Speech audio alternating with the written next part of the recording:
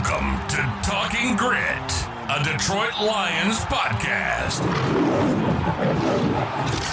Powered by the Monroe County Reporters. Here are your hosts, Jason Harwood and Jacob Litton.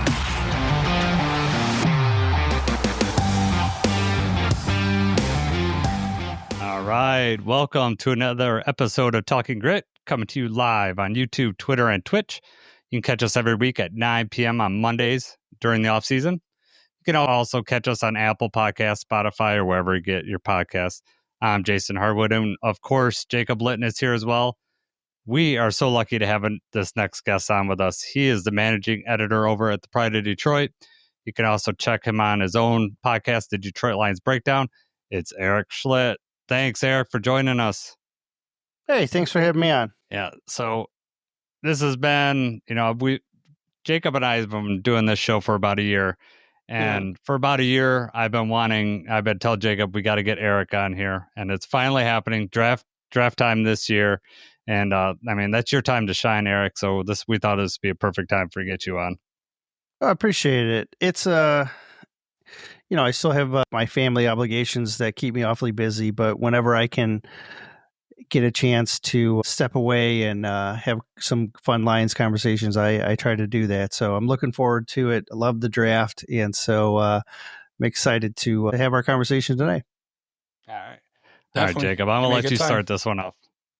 Real quick, you didn't change the title. Remember I said we should call this episode Talking Schlitt? Yes. We'll call it the sequel. Golden when he comes opportunity. out again, we'll change it next time. All right, let's start off here. I like to ask everybody this question. So kind of to give everyone a better idea, when did you first become a Lions fan? And more specifically, who was the quarterback? The earliest memory when you were really into it, when you really cared, who was the quarterback for the Lions when you first started watching? Well, I'm from the state, so I've been a Lions fan most of my life. I think when I got serious about trying to understand football was in the late 80s, early 90s. So we're talking like Rodney Peete, like that era of football, right? I really enjoyed Rodney Peete's play at USC, and I was a big fan. I was a Michigan fan, and Michigan always played USC, and so we always got to watch Rodney Peete. And so when I thought he was such a great player, and then he got drafted in the 6th round, and I couldn't understand why such a prolific college player was drafted so late in the NFL, and that's when I started understanding the differences between the pro game and the college game. And that's when I started trying to learn more about it, and really started me down the path of what was a hobby and then turned into a profession. Yeah, learning. So you learned really quickly the next year when they drafted Andre Ware again about the whole drafting a quarterback, the wrong quarterback early, right? Sure. Yeah. It's again, I was a Pete fan, so I expected him. But I mean, in that era, you saw all kinds of guys go running through there. It's Charlie Batches and the Joey Harringtons. Those are the guys that I really cut my teeth on trying to figure out how deep I wanted to go into learning football. But it was always something that has kind of stuck with me. I was a slow reader in school, and my dad used to buy me sports magazines like Sports Illustrated and stuff like that, and that got my it kept my interest. It kept me reading. It kept me on track. And so it was always something that I think was kind of ingrained in me. And I kind of fell into trying to learn as much as I could about it. Like I said, just as a hobby. And I started studying the draft in 2000, Charles Rodgers era. That's was my first really, I want to learn about the draft. I want to learn what it's about, and where I was trying to rank guys, and I really didn't know what I was doing, but trying to figure it out on my own. That was 25 years ago, so, and then I've been doing it professionally for a decade now. So it's been an interesting journey. Yeah. And doing it well, I will tell you that. Thank you. Yeah. If you don't know, Erik has his own Patreon under Detroit Lions Breakdown. It's $5 a month. I subscribe. The only thing I don't like about it is that I'm colorblind, and he does a lot of color coded things. So he makes me really, it's a little more difficult for me, but I really, so much more information than anyone could ask for. So if you're not already a subscriber, I highly recommend you do that, especially this time of year. I appreciate that. Yeah. Yeah. It's started doing it on like paper, just writing it down. And then I went through a phase where I started making like index cards, like business cards, and then putting like Velcro on them and like sticking them up on the wall, like on poster board on the wall. Right. So I could like pull them off and put them in spots. And we used to have parties and then when I started figuring, hey, I can put this into some technological and like get a lot more information into Excels and stuff like that. That's really why when it's evolved into what it is now, which is unfortunately very color heavy. So I apologize for that, Jason. No. But I have a propensity to use a lot of color to help me analyze things quickly. Like I can, if I just by looking at things by the color usage that I do, I can see things without even having to read it, right? And so when you're trying to look up information quickly, for me, it's just my default. No apologies necessary. There's, it's okay. I don't expect you to change anything on my account, but it's awesome. So I do highly recommend it. Now, Eric, I've seen you wear a Tigers ball cap every once in a while. Are you a Tigers fan as well? I used to be a fan of all like Detroit sports. I was a massive Red Wings fan back when I was younger. I played hockey. I played soccer. I played baseball when I was younger, but I was 12 and I went from like batting first to like batting last, and I couldn't figure out why I couldn't hit anymore. And I was doing all these other things. So I was like, oh, I'll just stop playing baseball. And then I got glasses like 3 months later, and I didn't figure it out that it was my that I needed glasses to hit the ball until I was like out of high school. Like I didn't put the two together. But I enjoy watching all Detroit sports. I used to have boards for all the sports teams. But when I really started honing in on the Lions, that's where all my energy goes now. And I've kind of moved away from it a little bit. Now I'm more of a casual fan. Yeah. So my first question that I'm going to have for you, and I didn't give you this in the outline, so my apologies, but I came up with this on Saturday, and yesterday he had a really big hit. But Spencer Torkelson, which if you're a casual fan, you're aware of him, I'm assuming. So first round pick of the Tigers. He's been a kind of up and down. He started out this season very well. So I'm going to say, who is your Lions equivalent of a first rounder that maybe had some struggles and then started to show promise of a breakthrough? Not saying he came through, but just a player that, was like, and he struggled. I really want this guy to do good. And now he's shown some promise. Is there anyone in your history that you could think of that would fit that description? I mean, I think we could stay within the current team and just talk about J-Mo. Just talk about J-Mo. Okay. Like sure. J-Mo had a rough start to his career, injury, it limits him in what he can do. Then he's not on the same page when he is playing. Then he gets suspended, and then he's still having his rough patches and eventually starting to come into his own at the end of year 2. And then in year 3, he starts to break out a little bit more. He has a 1,000-yard season, and now we'll see where he goes in year 4. But I mean, he's the prototype, I think, for that scenario you're laying out. Yeah, I think so too. Who do you got anybody, Jacob? It was hard for me, to try to go through because it's like, I guess I don't want to jinx what may be of the future for the current people. I was thinking maybe like a TJ Hawkinson, kind of rough first year and then really came on the second year and then, kind of proved himself. Ziggy Ansah, the defensive end, he came, he was real raw. First year was not so great, but the second and third year he played really well. Yeah, it's hard for me to choose a current player. Just, J-Mo's a good one, though, because he's kind of right on par with Torque. Weren't they drafted the same year? Let's see. I don't know. I think Torque had to be drafted before that, right? I don't know. That's why this is not a Tigers podcast. Yeah, right. I guess the guy that the name of player that you guys didn't name was Javid Best, who's, I know that his career after with the injury took off, but, he was done for, but he had that game against the Bears when he, blew up, and he only played one game after that. And you're thinking, oh my God, this is the team. Lions were going to be 5-0 after that Chicago Bears game where he went off. And you're thinking, oh man, we got some things going here. And then, one game left and he gets a concussion. So that was the only one that I had. I do like your J-Mo though. That follows the same timeline now. Hopefully, I like yours better than mine because, they both can excel this, this next year. You're hoping that Torkelson keeps going and you're hoping JMO takes the next step, right? So I like all that. All right. Before we move on to some draft stuff, we just wanted to hit a little bit on the offseason. Last week was the NFL owners meeting. Did anything that Dan Campbell, Brad Holmes, or Rod Woods stick out to you, Eric, that they said?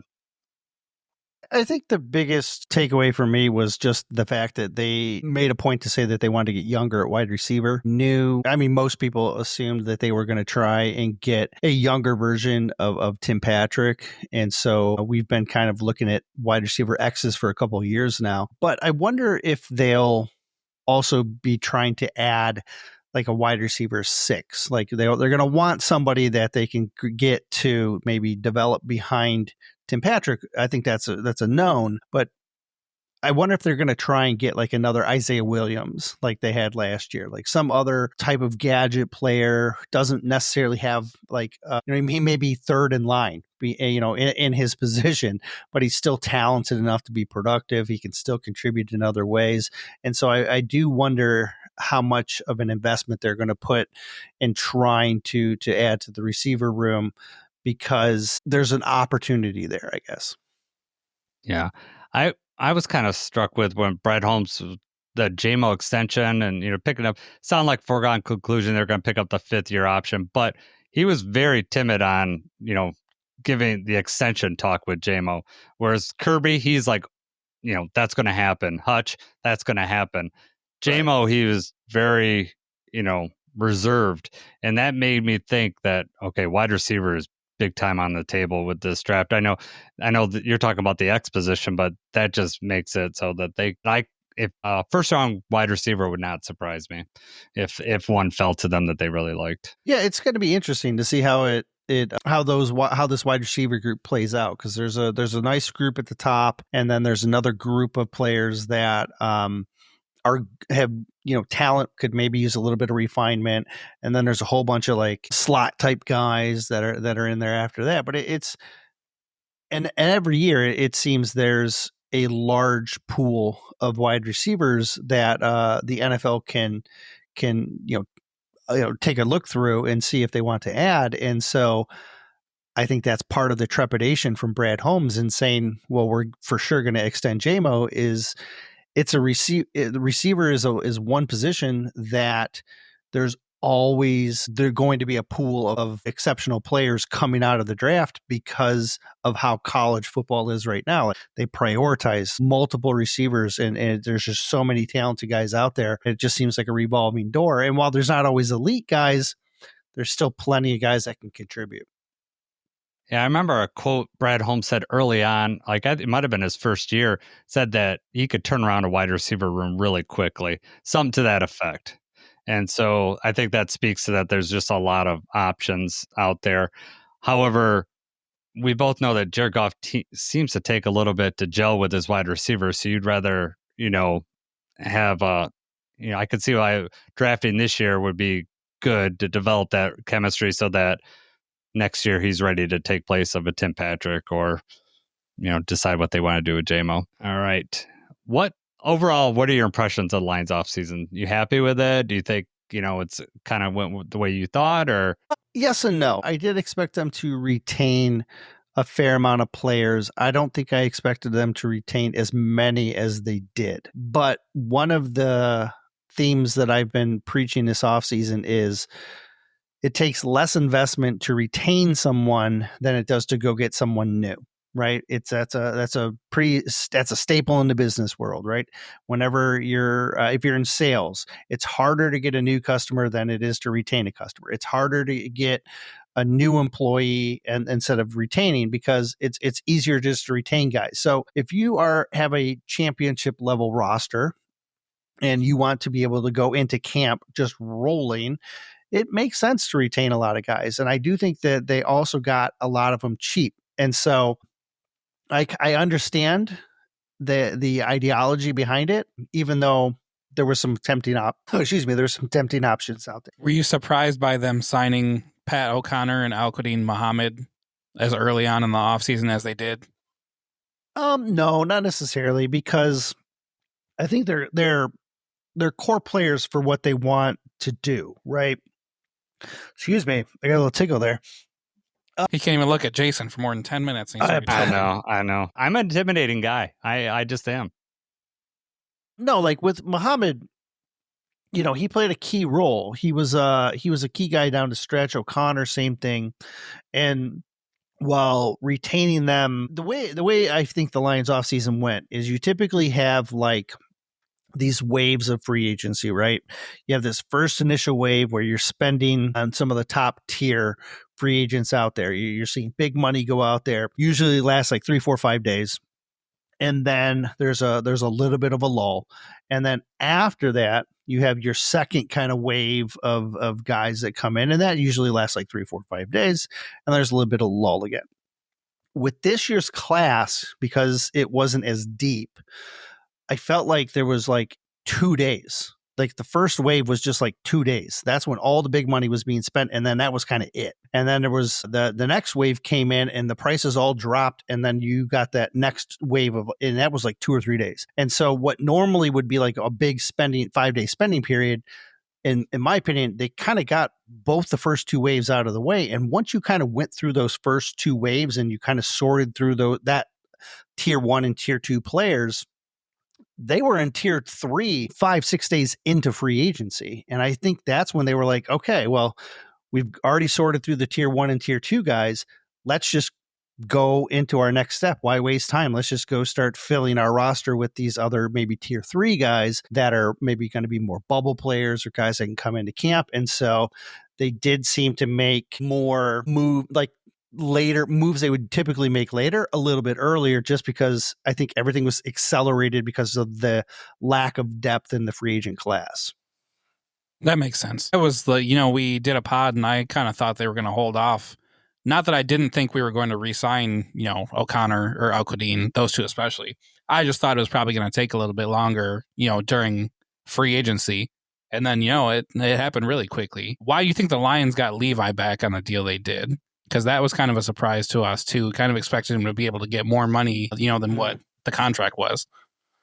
Yeah, if you looked at the predictive models for Levi, they're very wide ranging. They started out projecting upwards of like 7 to 8 million, and then it went up to 10, and then it was 12, and then you were seeing some models project him even at like getting 14 million because of the level he was producing at. For me, though, in my opinion, I think they were able to retain him simply because there's a medical history there that is unknown for a lot of teams. And so teams going in with Levi into his draft, there wasn't any medical flags that really popped up. All of his medical flags popped up when he was with the Lions, and the Lions have all of those medical records. So all these teams looking at Levi from the outside, they would have to physically bring him in and then run him through these medical tests in order to get be able to ascertain how significant of an injury status he has, what's the long-term projection on it. And then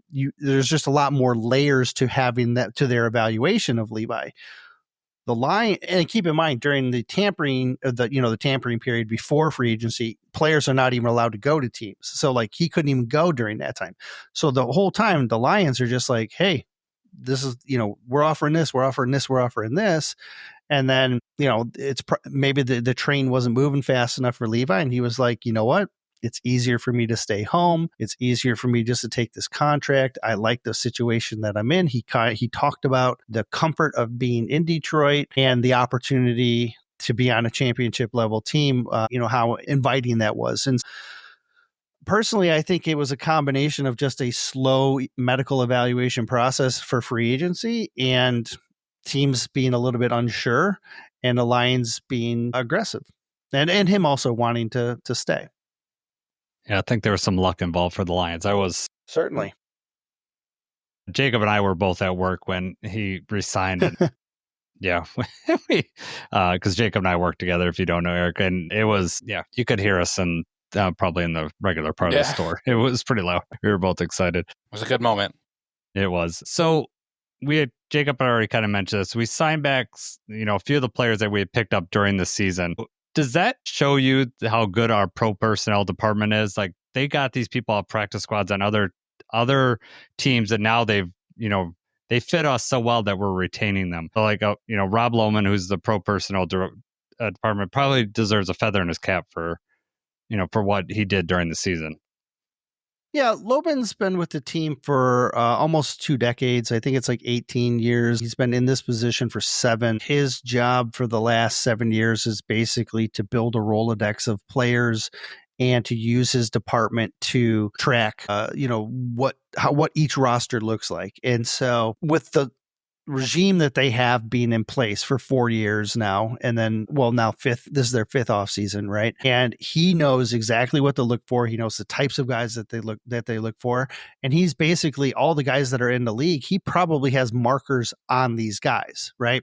They're all inputted into like a database, and he knows kind of who's flagged as guys that could fit with what they want, what team they're on, and then it's just a matter of the coaches come and say, "Oh, we're looking for this type of player," and then he just has to sort through his data to say, "Oh, look, this is what I've got, or this is what I think works." And so this is a product of Lohman being in the league in this position for a long time, but also this regime sticking together and having a unified concept of what they want to accomplish, having people in mind for what they are going to need. And it surely played out this last season that the fact that they were able to bring guys in and they were contributing immediately it's rare. It's not easy to do that. And in order to do that, it's not just Lohman and it's not just the guys that work with him, but it's also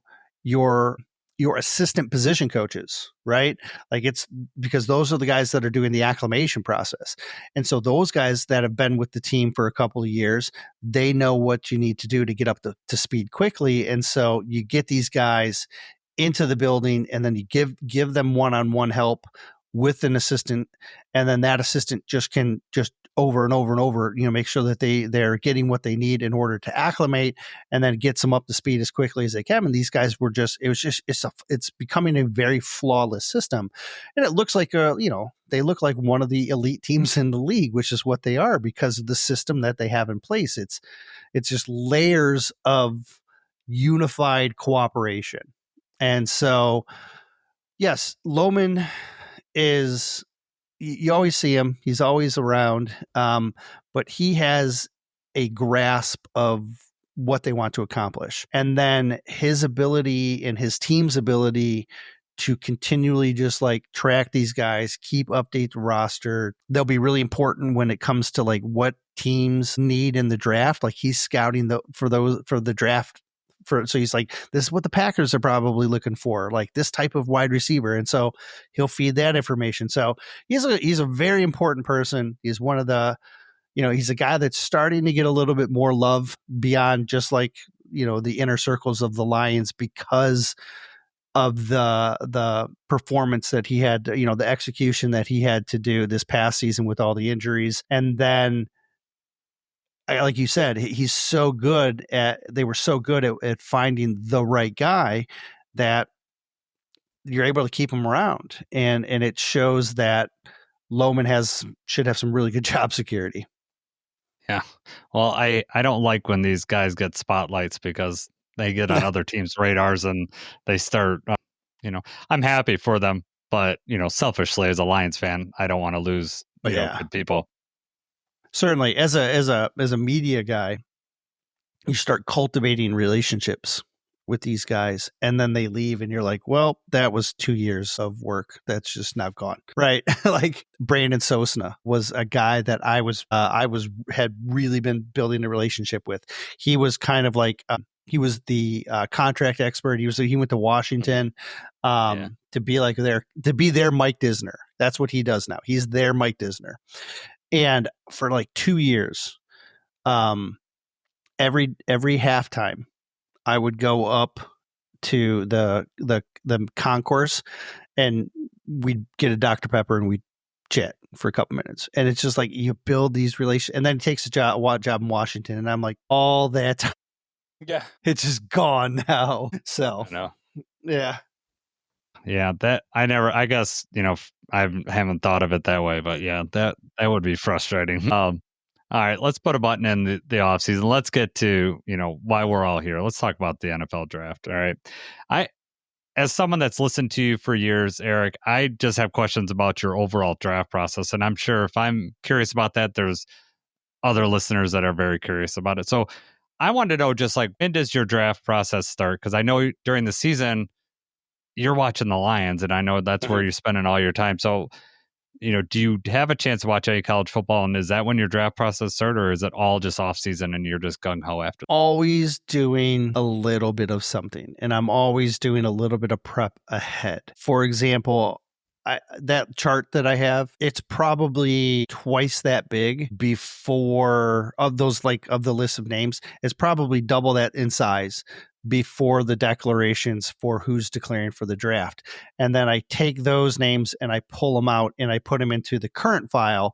And then I take the names that are still in college and I put those into my next year's file, so that when I am ready to put a bow on this draft, I will wrap it up. I'll put, save all the important data, and then that goes away. And then all of my depth charts and contracts and all that stuff, that just goes into the new one, which is the start of next year. So I start out with a base of guys, and then I add guys in a variety of different ways. Sometimes it's reading up on guys like Dane Brugler. Like Brugler will do a series over the summer that talks about like who are the top 20 senior quarterbacks and 20 running backs or whatever it is, right?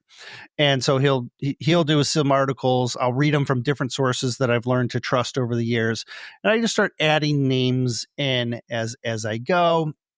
And I kind of rank them, as I get comfortable with them. And for the most part, it's just kind of like just putting them in like to their position groups just to kind of get a base out there. And then once I have my base, when the Lions were picking higher, I was watching a lot of college football during the season because I was writing articles on on Saturday mornings. It was like who to watch in college football today, right? And stuff like that, because it was a lot more significant when the Lions were picking. Everybody was interested. People wanted to read those articles because the Lions were bad and they were interested in who should they watch for the upcoming draft. Now that the Lions are good and they're picking near the end, people are less interested in wanting to know, and they just are watching college football for fun. And so I've kind of backed off my college football studying during the season.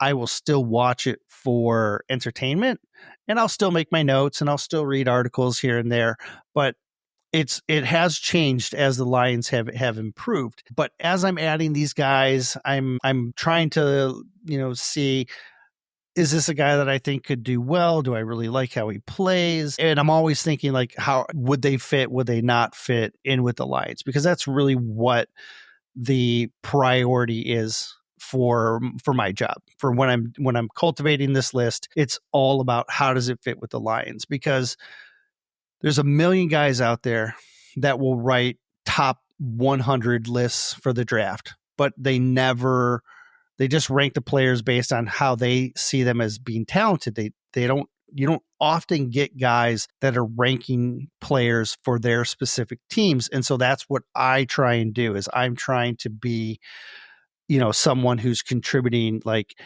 just for the Lions. And so as I'm building the board, I'm trying to like take into account, okay, this analyst that I like is speaking highly of this player. And then maybe I'll try and get a little bit of game film on that player, and I'll just take a look at him, just, short clips or whatever, right? Just to kind of get a feel for these guys as I go. And then when the season ends, that's when it just gets like really chaotic for me. At that point, I've got a board. I've got some ideas on guys. I've put some sort of semblance of rankings. Most of the time, it's just like, I like these 5 guys. I like these. Then these next 5 guys are my tier 2. And then it's like everybody else, right? It's normally just small kind of groups. But once the season ends, then I really start to go into what do I want to learn? And I start with the Lions' needs first. So I'll be I just start watching a lot of edge guys, or I start watching a lot of offensive linemen, and I don't get to running back until like April, right? Or maybe like late March or something like that. But I'm spending most of my time just trying to get my hooks in. Who are the important guys at the positions of need? Do they fit? If they don't fit, are they still a guy that the Lions could use if the Lions do something different? Like if they're changing schemes because they change coordinators, like are they going to change schemes? Like that was something I had to take into consideration. So I had to expand my reach a little bit more. So then it just becomes more fine tuning, more studying, more reading. I start watching a lot more game film of the college guys. And it's nice when the season's over because you're not kind of like trying to figure it out as you go. You can go back and watch like a whole bunch of all on one. It's like binging a season. Like, you know, you don't have to like watch 1 week at a time, right? You just binge the whole season on one guy and you're like, I got a good idea what this guy is. And over the years, I've gotten my own kind of like habits and routines for what I look for in certain guys at certain positions, because I know those are things that the Lions look for in certain guys in certain positions. So I can watch a guy and I can know pretty quickly, is this someone who might fit or might not? And so what I end up doing here is like, I'll try and do like a position group.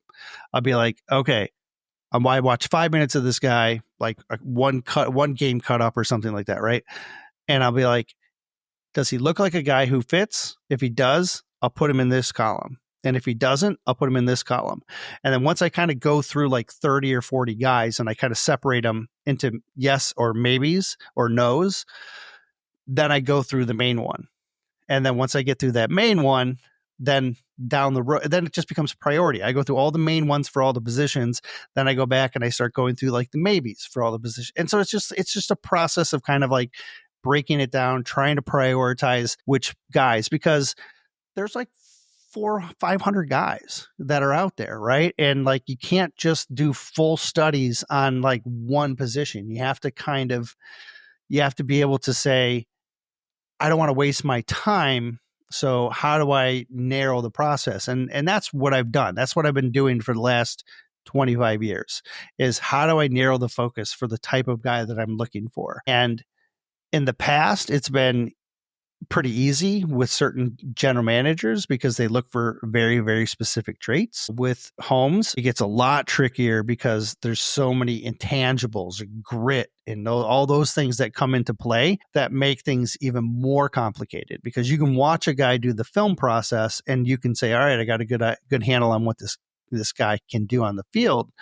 but I don't necessarily know what his character's like. And so now I've over the last 4 years, I've been trying to figure like that stuff out. So it's just a process. It's a long like process of just sorting and then looking at these small groups and trying to prioritize things. And then eventually you start getting a bigger pool and a bigger pool and a bigger pool of players. And I prefer to tier them off. I know people rank in a variety of different ways, but I kind of look at them like in tiers. Like, I think these two guys are kind of comparable. I think these guys are kind of comparable. I expect them to all kind of go and be drafted around the same time. And then I like to and then I'll end up prioritizing guys based on, like I said, Lions need, and then how well do they fit. And then that's how the board comes together. But we're talking about this is happening over 3 months, right? Like it's 3 months of just a lot of work and sorting and narrowing down and stuff like that. So it's a long process, and I know it's probably a long-winded answer, but No. that's the process on how it works. And so if you're ever like, there'll be people that come to me and they'll say like, hey, what do you know about this guy? And I'll be like, I just don't know, because it might be because I just put him in a maybe bucket. You know what I mean? And I just haven't gotten to that guy yet. I'm still kind of going through some of those no's, and I'll try and go back and maybe double check. Are they really a no? Because there's talented guys like James Pierce that people love and analysts love. And I'm like, yeah, he's a no. He's a no for me. I don't think he's not even a maybe. He's a no. And I'm like, am I being too harsh? Could the Lions draft him? Would they consider it? I don't think they would, because I don't think he fits what they want. I don't think he fits stylistically or even from a grit standpoint.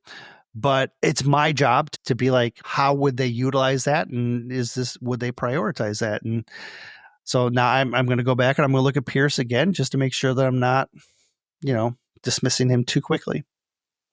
Yeah. That was I don't care if that was long-winded or not. That was perfect. That's exactly what I was looking for. Yeah, exactly. So I think you kind of maybe explain this, but you didn't use the term. You have what you call the grit index. Is that what you're explaining? I mean, is that what you're saying? Part of it. Yeah. Okay. So why don't you explain to me what, and the listeners, what the grit index is then? So when Bob Quinn was a GM, I created a system called the QIB system. It was called the Quinn QIB, QIB. It was the Quinn influenced benchmarks, which means it was very simple. It was, they look for these measurements in these categories for this type of player.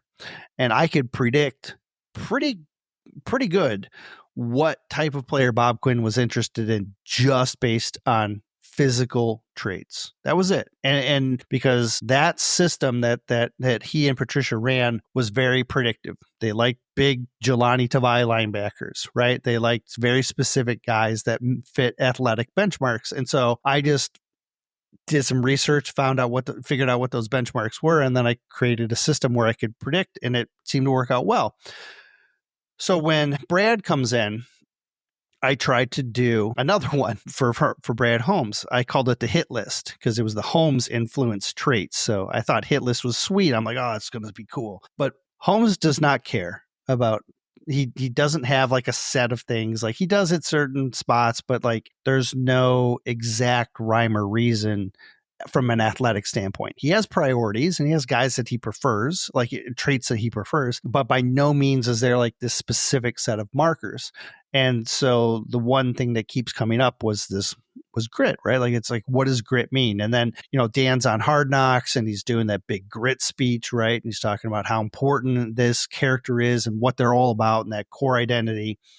And so I'm like, I don't know how to quantify this. Like, I don't know exactly what to do. And my buddy Anthony, who is Between the Numbers on Twitter, Anthony was like, hey, I got this idea on how you could quantify it. And he approached me with it. And he's like, I don't know if you're interested in trying to, develop this. It was something he was interested in doing.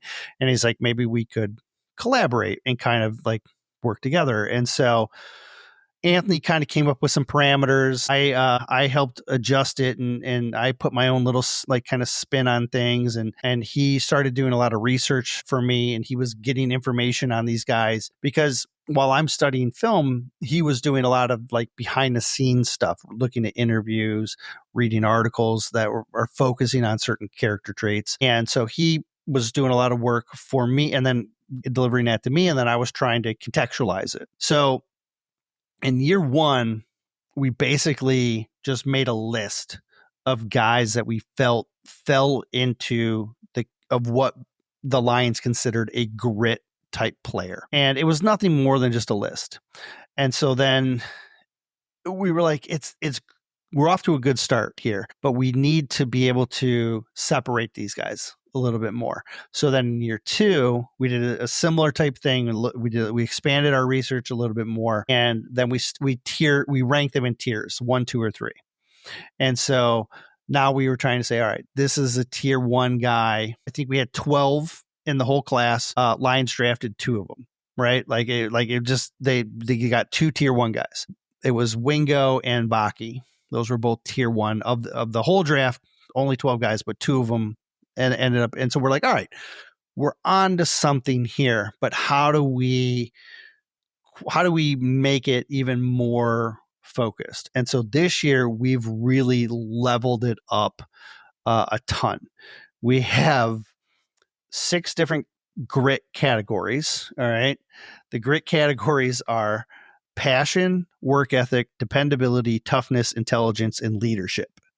And so what we're doing is we have a checklist that we've made, like an Excel document. And when we read an article or we watch a video or we listen to an interview, we basically give a player a tally in one of those 6 categories. Okay. And then we've been accumulating tallies throughout the season, throughout the off season and, during the college season. And these tallies have been adding up and being assigned to different players. And then we started getting heavier into different analysts. And we have then now weighted the importance of analysts. So like if an analyst is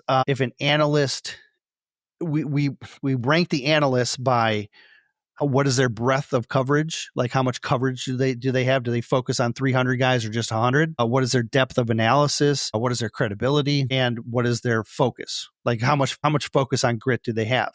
So then each analyst has their own grit score, and then their grit score is weighted. If Dane Brugler says that a guy is intelligent, it carries more weight than if CBS Sports says the guy is intelligent, right? And so now we have this 6-layered tier, 6 groups that are all weighted differently, and then each of those subsections is weighted with the analysts as well. And so what we're getting kind of like a final grit score that's going to be, we're still trying to like fine tune it and make sure that it's working, but it's going to have a much larger range of grit score. It's not just going to be tier 1, 2, or 3. It's going to be like a score, like you're going to have like 25 points or whatever, or you're going to have this. And so I'm sure there's going to be nuances that we can't quite figure out, but we've been collecting data for a while now, and we have the majority of what we need done.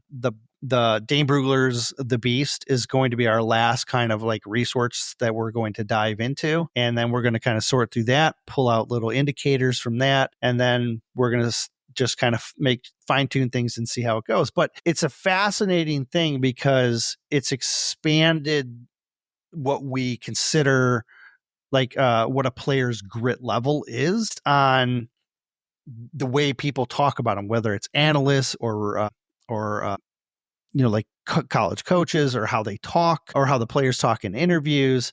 And it's just a variety of different sources that we're trying to get to, and then sort through to find out what players which players are standing out, which players are consistently standing out. And so which players might fall higher on the scale than others. And so it's still a work in progress, but when it's done, it should be pretty cool. And we're going to publish all of our data as well. So we've been keeping track in an Excel document, and we're going to have all the markers. And then we've also been putting like a little, what's it called? When you put a little note, you can put a little note on a cell. We've been adding in what the note is that caused us to give a tally in that category under that person. So it should be a working resource document that people can kind of look at and be like, oh, this is where this guy fell. And then we're going to put the whole document as part of the Patreon. So it'll be like my board, and then it'll be the whole grit index as well. I'm not sure if we want to put it out on POD or if we're just going to do like the final scores or exactly how it goes. I have some ideas, but it's turning into something pretty cool. And if we score guys high and then they end up going, like, we'll know that we're onto something. If it doesn't work, then we'll adjust and we'll figure it out, because we're just trying to guess at this point. And so it's just studying research and trying to figure out if we're guessing right. Jacob, when are we going to see Eric on Inside the Den? He's going to be the one getting high fives from Brad Holmes one of these drafts, right? Hey, but you nailed it with Vaki and Wingo. I mean, for those both to be in tier 1, I mean, and it's not like those guys were, round 1 projections. So you can tell you did your research and you knew what we were looking for. Like, that's brilliant. The only guy that wasn't on the grit list was Manu. And that's only because we didn't know how to do research on him, because he didn't even show up till like a week before the draft. Like, that's really when he popped in. So we didn't have like any research on him. So he was the only one that was, of the last year's draft class, he was the only one not on the list. So we feel like we're in the right direction.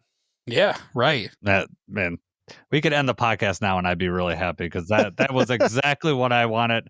I wanted to know that behind the scenes stuff, and I hope other people are as interested in that as I am because that's great. Yeah, no, for real. So you kind of touched on this a little bit in the answer, but does the fact now that the Lions draft later, does that reduce Erik Schlitt's enjoyment of the draft process at all, or is it deepen it because there's more unknowns? A little from both, I'd say, right? Like I enjoy the intensity of being right up early. I think that's fun for any fan to be like right up in the mix of the early draft talk. At the same time, I enjoy the whole draft. I enjoy knowing about guys that are drafted in the 6th round and being like, I love that guy, and other people are like, I've not heard of that guy. And I'm like, oh, this is what he does. Right. That I enjoy that aspect of it as well. So some of my favorites have always, it's weird. Like I love the offensive line. And it always seems like I fall in love with like a guy or two on the offensive line. And then they end up, if the Lions end up getting them, it's like at weird spots and people are like, is this good? And I'm like, oh my goodness, this is why I love this pick. Like Larry Warford's, I was huge on Aleem. And then even a Mahogany last year, I was like, I had a 3rd round grade on Mahogany. I don't understand why he's there in the 6th. Like it doesn't make sense to me. And he looks pretty good. So far so good. I have confidence he'll end up being a really good find for Brad. So yeah, I enjoy both parts. I enjoy the excitement of being up front, but I enjoy the back end too. I like the more like the Jahmyr Gibbs one where we were up front because another team was bad and we had their draft pick, as opposed to the Aiden Hutchinson where we're up front because we were bad. Real quick, Jason, I have a question for you here because Eric might know it, but do you know when the last time was that we picked later than 20? Well, I mean, the 40 we talked round one. Round one, like, well, after the winners, it would have been, we were supposed to, but then we traded up. I mean, the last time we made a pick after 25 in the 1st round, do you know who that player was and when it was? Late 1st round. Late as our first pick or like our first pick? We drafted number 28. I was like, we've had somewhere where we've traded up. I don't know the answer to that one. It was in 2015. Okay. Eric, do you know? Laken Tomlinson. Yeah, okay. So we got the expert on here. Right.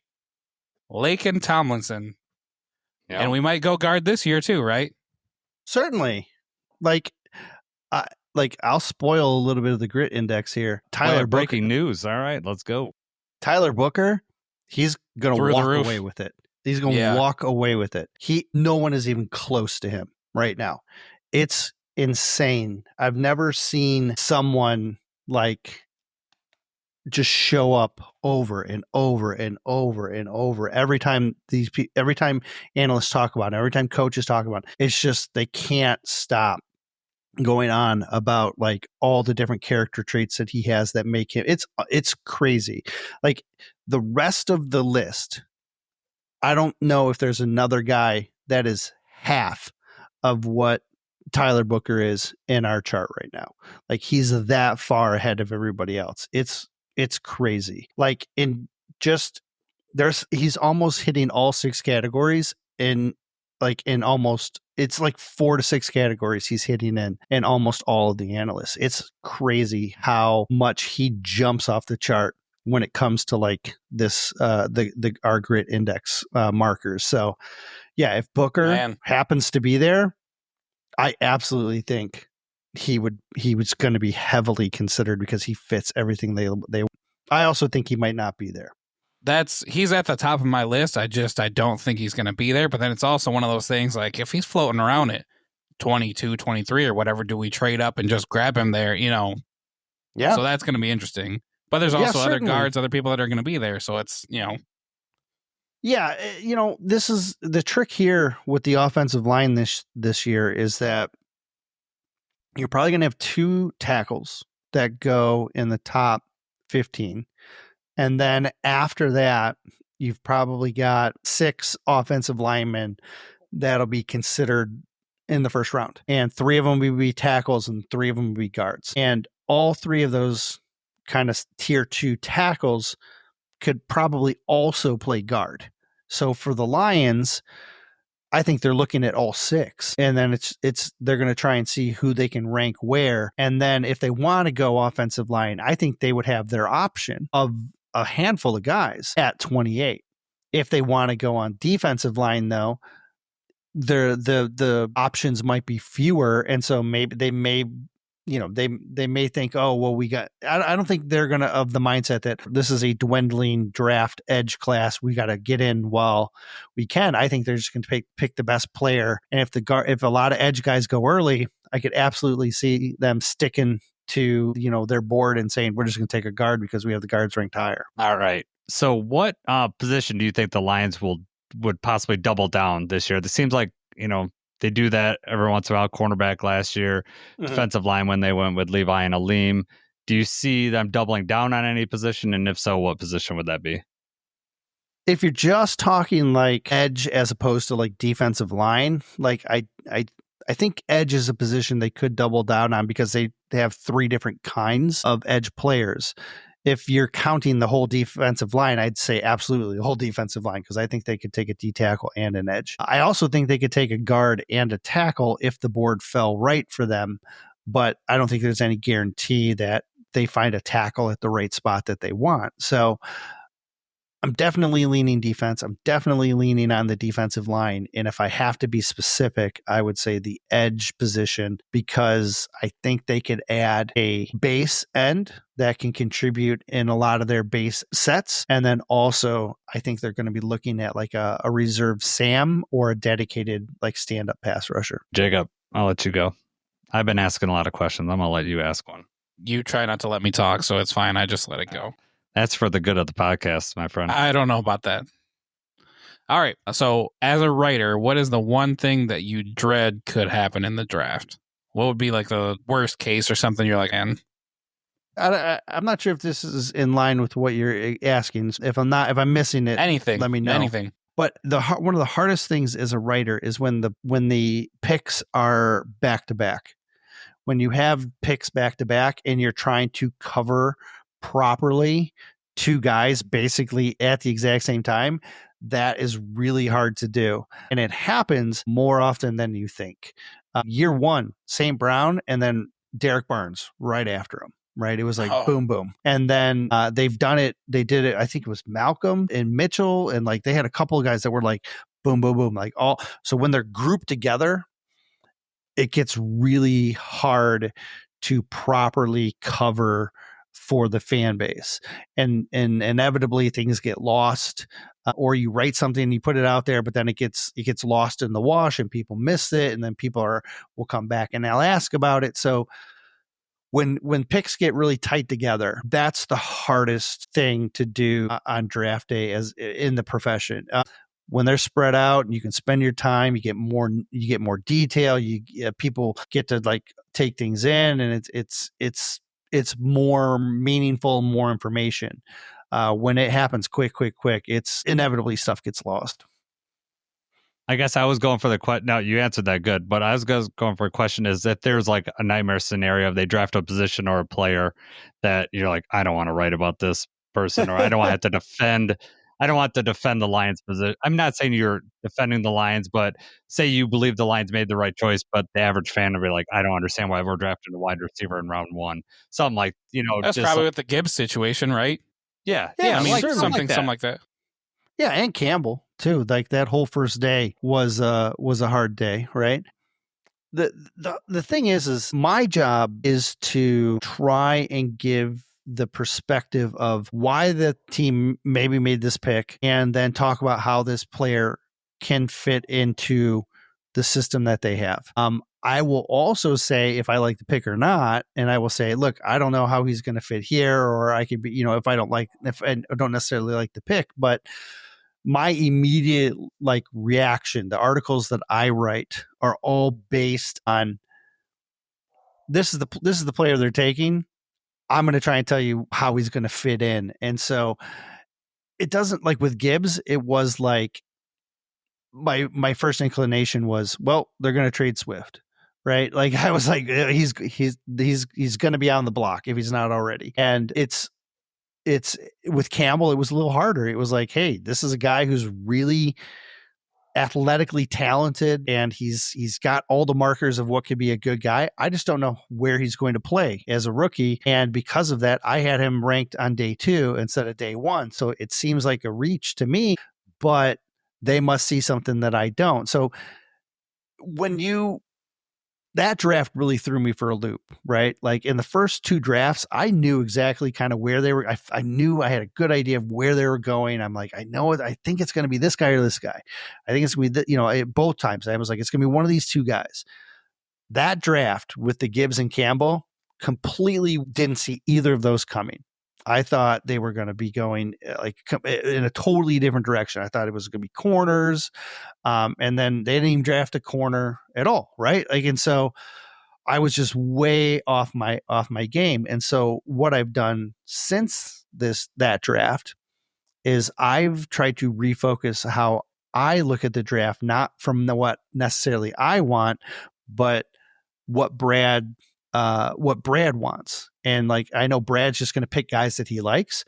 So this year I've spent more time scouting just guys that I like, even though it probably makes no sense. Like, do I expect them to draft Malachi Starks in the first round and add a first round safety to the mix? I don't, but I love him.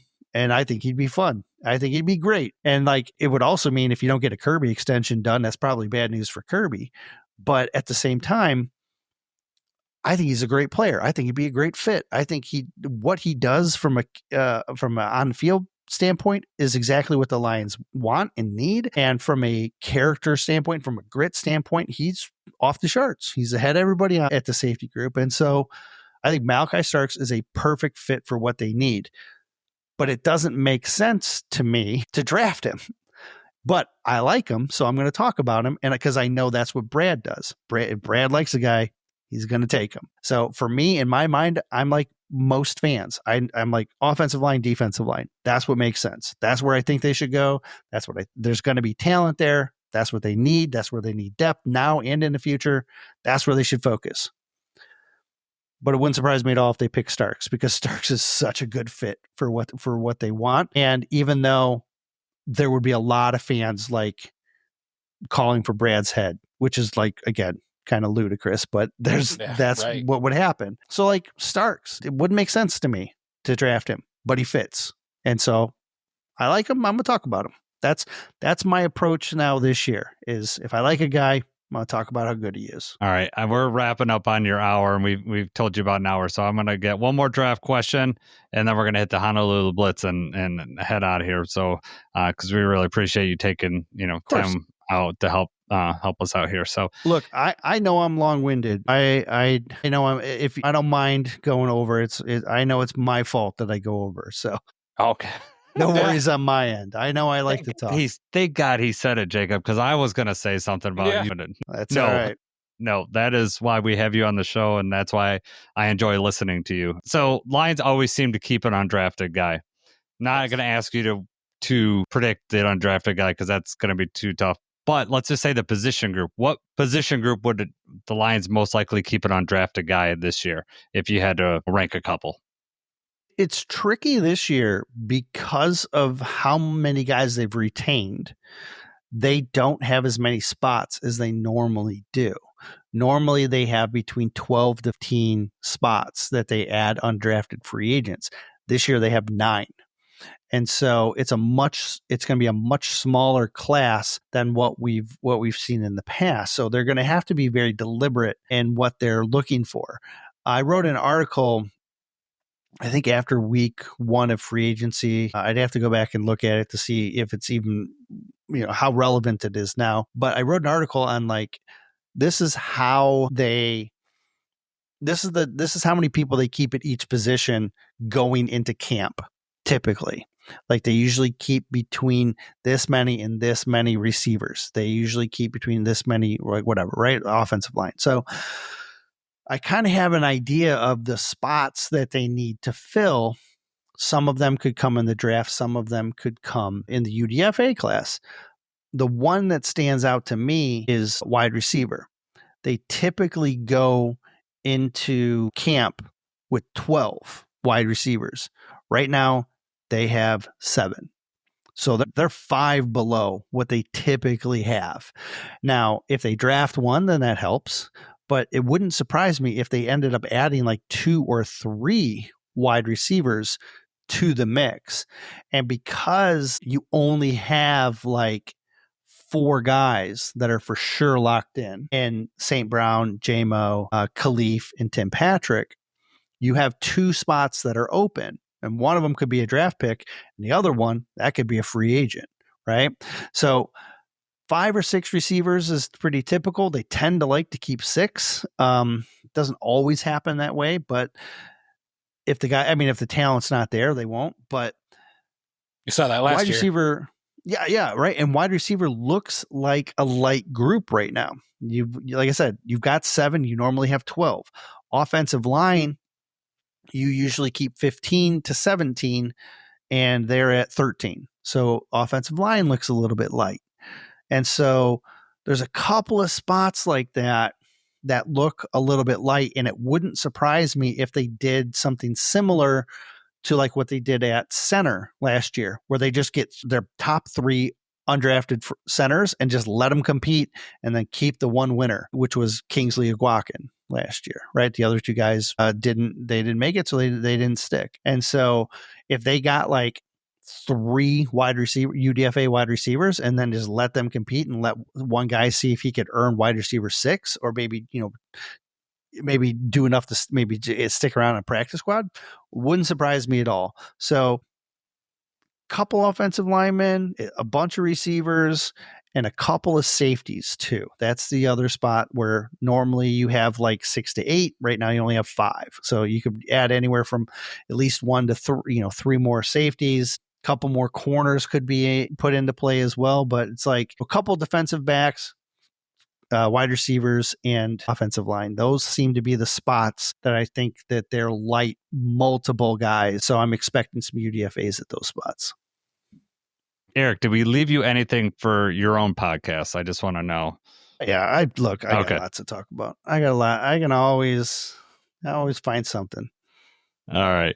We're going to get into our section called the Honolulu Blitz. It's time for the Honolulu Blitz. All right. First question, Eric. If Jahmyr Gibbs repeats his 2024 performance of 1,412 yards, what place would that put him in the Lions' all-time rush list? Like statistically? Right? Where would that put him all-time in terms of rushing yards if he repeats? Probably like top, I would think it would be like 5, probably. That's my guess. I'll say 5. Close. 6. I would put him at number 6. So he's currently at 2,357. That would put him 3,169, which would just pass James Jones. It'd be behind Jason. You have to help me out with this name because this guy played in the early 60s. He played in 1959. I'm not going to know this guy. Eric and I are the same age. So anything you say against me, you're also saying against our guests. So I want you to watch yourself. But yeah, no, I didn't. It's Nick Nick P. Pietrasante. Yeah, that's what I'm guessing. That pretty good. However, if he does it 2 years in a row, which is a big ass, 1,400 yards 2 years in a row, he'd pass Billy Sims at that point, be right behind Barry. So he could be going into getting his extension and be number 2 all time. That's pretty good. All right, Eric, I'm gonna ask you this next question. This one, this was the first debate we had on here. This was like one of the first debates. We want to know this. Yeah, so you could be the deciding factor. I'm not going to tell you who's on which side till after you answer the question. But which interception to you is more iconic? The Iffy one where they won the division title, or the Barnes one that was in the playoffs later on to get to the NFC Championship game? If you had to pick one that was more iconic, which one would you pick? Probably the Barnes. I think the Barnes one stands out as more... because it just, they were on such a roll there. I think the Iffy one will go down in history as like, it'll be meaningful, certainly. But the Barnes one is just like, it was unexpected. It was like, it kept up their momentum. I think the Barnes one, if you're talking iconic, the Barnes one was pretty special to me. All right, you're on Team Jacob then. That's the right answer, Eric. That was okay. For me emotionally, the iffy one, Yeah. just because Yeah, it was the great. Vikings were to come down and we hadn't won a division, you know how it is since 91 Yes. before that. Yeah. So for me, I go with the iffy one. But now, and Jacob and I argued the opposite. Like he liked the iffy interception more, and I liked the actual interception, the play itself. Yes. The Barnes one I liked more than, but he liked the iffy I agree play with a you little there. bit better. Yeah. I agree with you So, there. Yeah. All right. I'm going to ask this next question, Jacob, just Yeah, because no, this is you. This is all me. So this is an Aaron Rodgers question because I don't know. I came to your live taping of the POD and I asked you an Aaron Rodgers question there and got you all fired up. And I had to ask you one on this podcast. So which is the better ending for you personally, like that Okay. you like more? Would it be no team wants Aaron Rodgers this offseason and he just goes off into the sunset, or he signs with a team, has a terrible season, and ends up being benched midseason? Which one would you rather see? Well, I can, in both scenarios, it's terrible because any Aaron Rodgers is terrible. Because I feel like if he didn't get signed by a team, he'd end up on a network, and that would be terrible. And so I also don't think he'd ever get benched, but I do enjoy him struggling. I like Pittsburgh, and I think it's going to be a real shame when he signs with them and ruins them. But yeah, I'll go with the latter. Just let him go ruin another team and tarnish his reputation a little bit more. He's terrible. He's washed, and I'm ready to be done with him. But like you said, he's going to go somewhere and keep talking somewhere. Yeah. And Yeah. And we're not going to be done with him. No. I said I wanted him to go to Minnesota and just tear them apart. Like, I don't that see would have him been having success hilarious. there. Just right. Take a That good would've team right into the ground. Yeah, that would have been. I don't want him to see him shake up. I mean, I don't want the Vikings to do good, but I also don't want him to mess up J.J. McCarthy. As a Michigan fan, I But yeah. don't want him to be tarnished. But yeah. All right, Jacob, I'll let Vikings you go now. to implode. All right. Next question. Favorite Barry Sanders run of all time? If you had to pick one that comes to mind. Jeez. Hard to narrow it down, probably, but Yeah, it really is. I mean, it's all the ones you see on the highlight reels. I mean, they're all fantastic.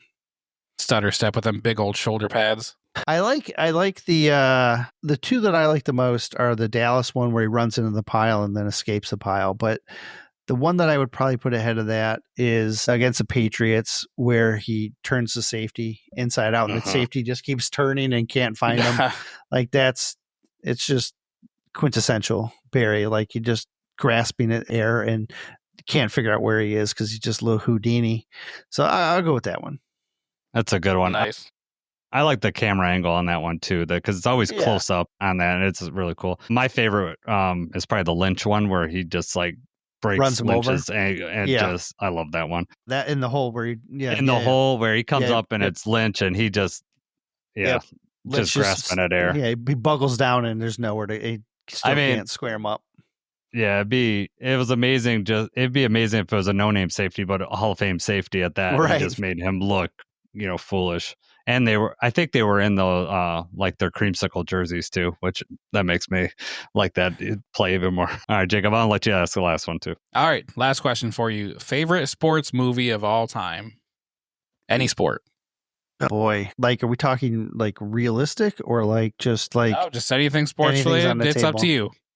Anything you consider to be a sports movie. tough? I don't know. It's tough because it depends on like really what your mood is, right? List a couple then. Well, I mean, like if I want to put the movie I've seen the most, it's probably like Happy Gilmore or something silly, right? Like you've seen it like a million times. I feel like Shooter McGavin.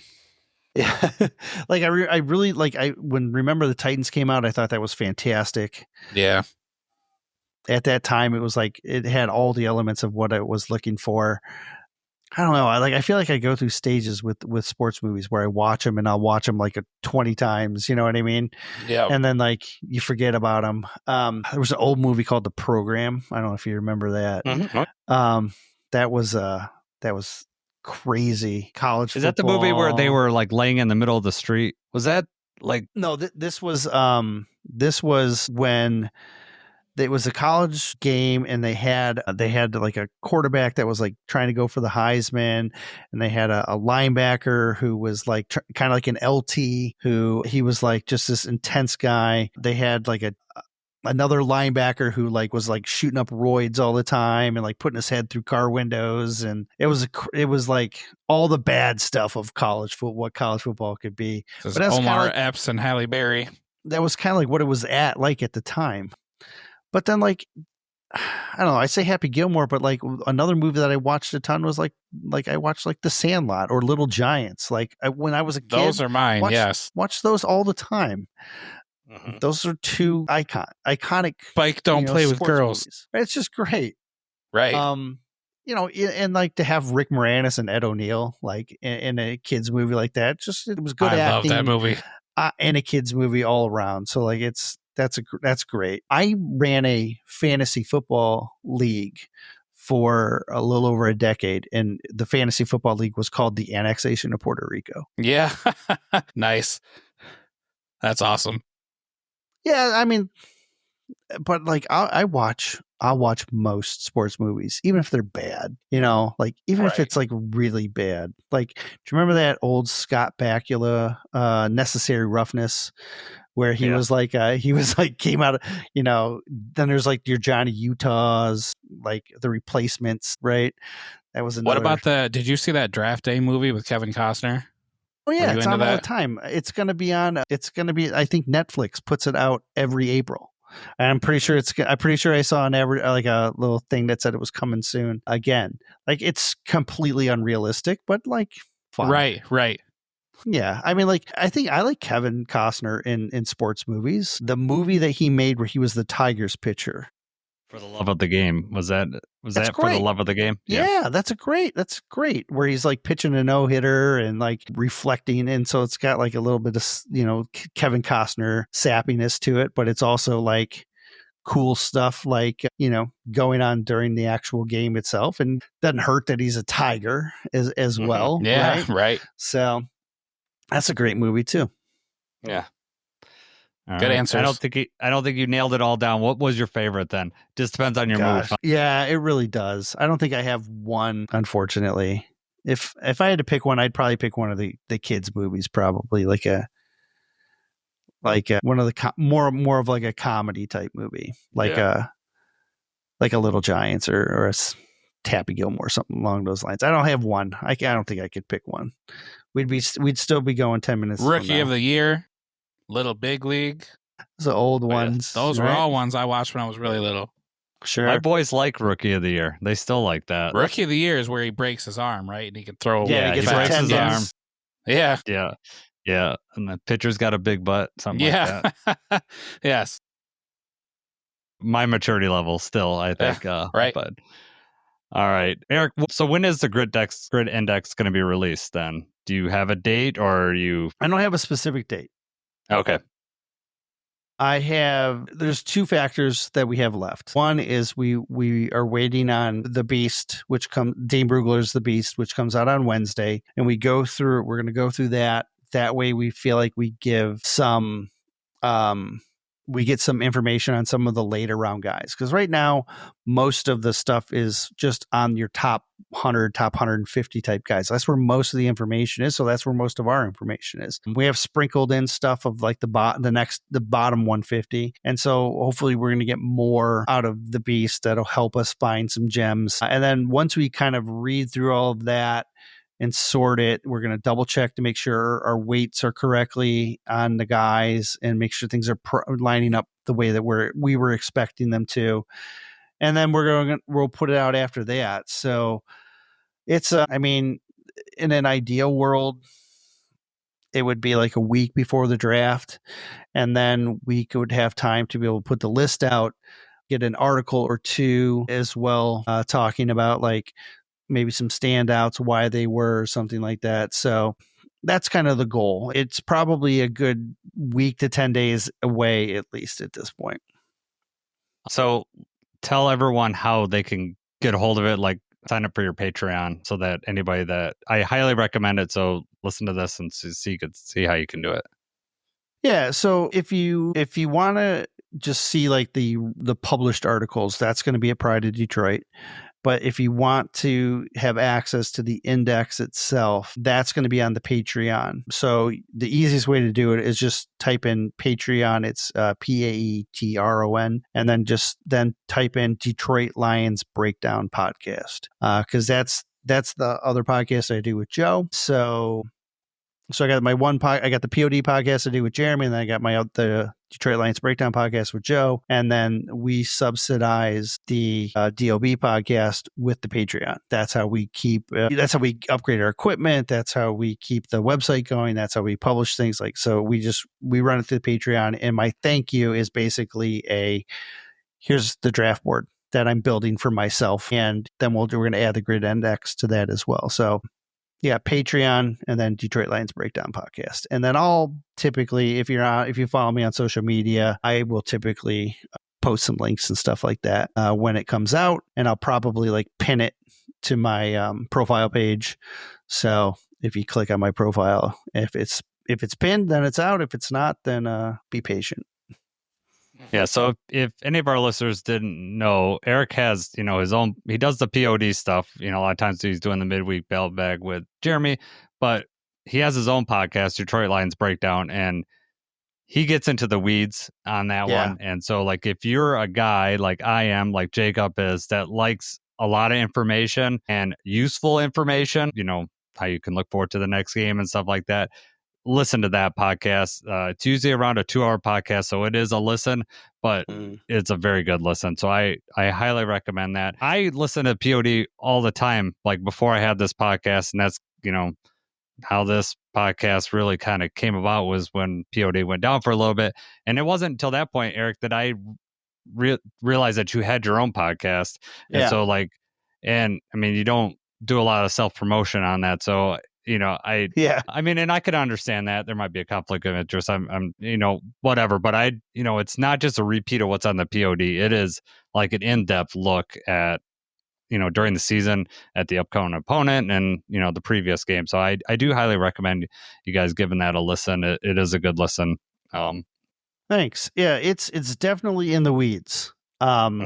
It's for people who know football and are interested and want to know is all the stuff that that I do to prep for the week. That's all in there. And I'm always open to ask questions, and I try and deliver it in a teachable way, but it's definitely, there's no nonsense. It's just, we get right into it, and we get into the grittiness as quickly as we can, right down as fast as possible. And yeah, we got a lot to say, and it does take time. The podcast can be a little long, but it's really because it's such a complicated and beautiful game that we want to be able to get even more in depth than the an average podcast, whether it's POD or Talking Grid or whoever, right? It's just a little bit different, a little bit more intense, but it's fun, and there's people who enjoy it. Yeah. I'm one of them. So, all right. Eric, thank you for, spending your time with us. Thanks for all the communication that you've had with us. You've been quick to respond to everything that I've come up with. And I look forward to you having you on in the future. And I look forward to, keep listening to your, stuff with Jeremy and your own stuff. Appreciate it. Yeah, it was fun. Sorry I extended your time longer than you were probably anticipating, but No. Do not apologize. This was great. Yeah, exactly. I was happy to join you. All right, good. All right, so I guess there's just one thing to say. Go Lions.